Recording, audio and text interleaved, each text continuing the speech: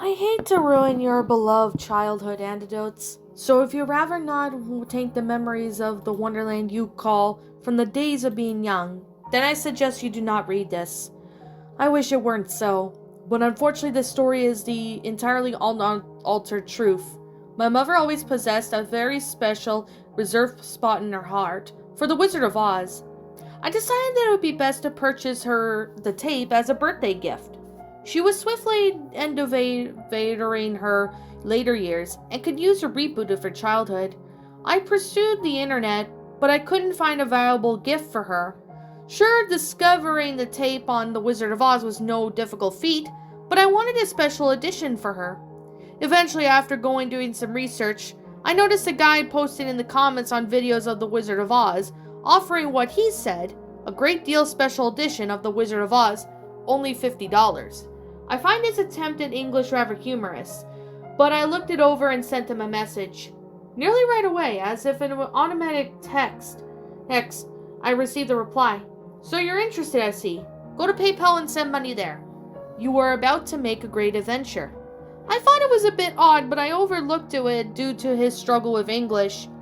After paying him over PayPal, I felt somewhat worried as whether or not he would follow through. He explained that I should receive it within a week. After waiting a week, I collected my package. It was smaller than a cheap brown paper box, and I tore through the wrapping to each reach the package.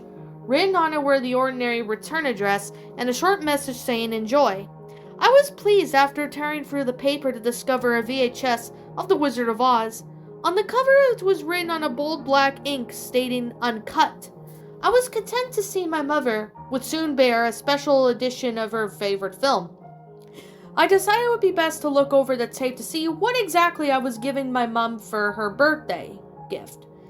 Once sliding the tape into the VCR and tampering with it to get a old dusty device to work, the tape began. From the very intro of the film, things appeared differently. The title that filled the screen didn't read The Wizard of Oz. Instead, it just read Uncut in pale white bland text surrounding the pitch dark backdrop. There was no music or audio at this point, and it seemed to stay on the title screen for nearly a minute. The video then hastily cut to a clip, and the tape was definitely from the movie as it showed Dorothy roaming the vast plains of Kansas. But something was different. The camera angle was completely altered and appeared to be a new angle that I haven't viewed before.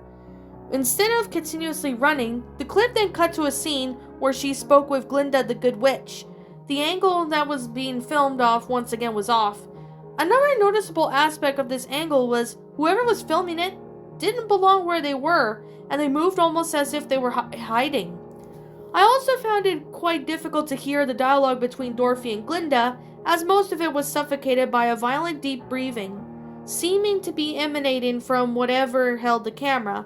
The next clip out of the backstage, however, nobody was in the area. It just appeared entirely vacant, as if they had the day off.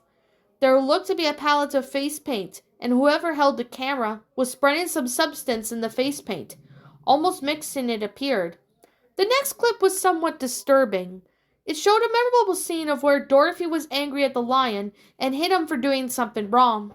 However, like any other blooper reel, she began laughing uncontrollably. The actress found it hard to stop.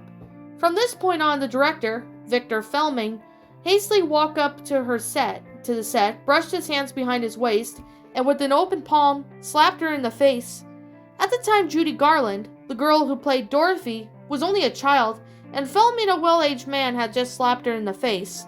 I found this quite disturbing, and my stomach seemed to quickly betray my feeling content. The clip was once again in an upskirt angle. But what the film held was eerily disheartening. Buddy Ebsen was the original person cast for the Tin Man. Apparently he had personal issues stopping him from performing the role. However, this newfound footage would suggest otherwise. The paint I had seen on the person messing with before was being applied to his skin. Shortly after, he began to struggle for breath, gasping for each breath, echoing through his mouth, and was rattling, rasping sound. Looking at his fully detailed eyes, I could see he fight for his life. Medics quickly rushed to the stage to help him, and the camera once again cut to a new scene. It looked like now how whoever this person filming was now working on the feeder tech area. It appeared to be where the controls for the lights, and they turned the dials up. I had remember reading this before that the actors had suffered heat exposure throughout the film. I felt an unsettling feeling as I watched these clips. I knew that whoever was taping was trying to kill these performers.